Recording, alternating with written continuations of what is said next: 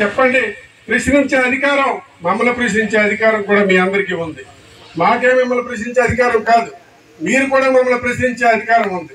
ఎక్కడ కూడా గ్రూపిజం కానీ ఇది కానీ లేకుండా ప్రతి ఒక్కరూ కలిసికట్టుగా పనిచేసి ముందుకెళ్తే ఈ నియోజకవర్గంలో వైఎస్ఆర్ కాంగ్రెస్ పార్టీకి ఎదురే లేదని నేను పూర్తిగా నమ్ముతూ ఉన్నాను.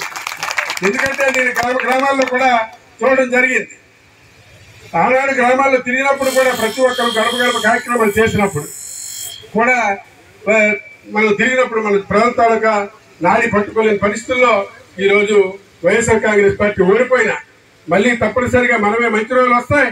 తప్పనిసరిగా 5 సంవత్సరాల్లో ఆనాడు ఏదో అధికారాల వల్ల లేకపోతే మీద దీని వల్ల మనం చేయలేకపోయినా ఈ వస్తున్న రోజుల్లో మాత్రం తప్పనిసరిగా అధికారం వచ్చి ప్రతి ఒక్క కార్యకర్తకు కూడా ఎక్కడో పైన జరగకపోయినా దానికి అండగా నేను ఎన్నిదనగా నిలబడతానని కూడా మీ అందరికీ మాటిస్తూ ఉన్నాను.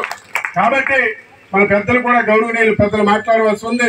ప్రతి ఒక్కరు కూడా ఒకటే నేను ఫైనల్ గా మళ్ళీ చెప్తూ ఉన్నాను, డిస్టర్బెన్స్ వద్దు.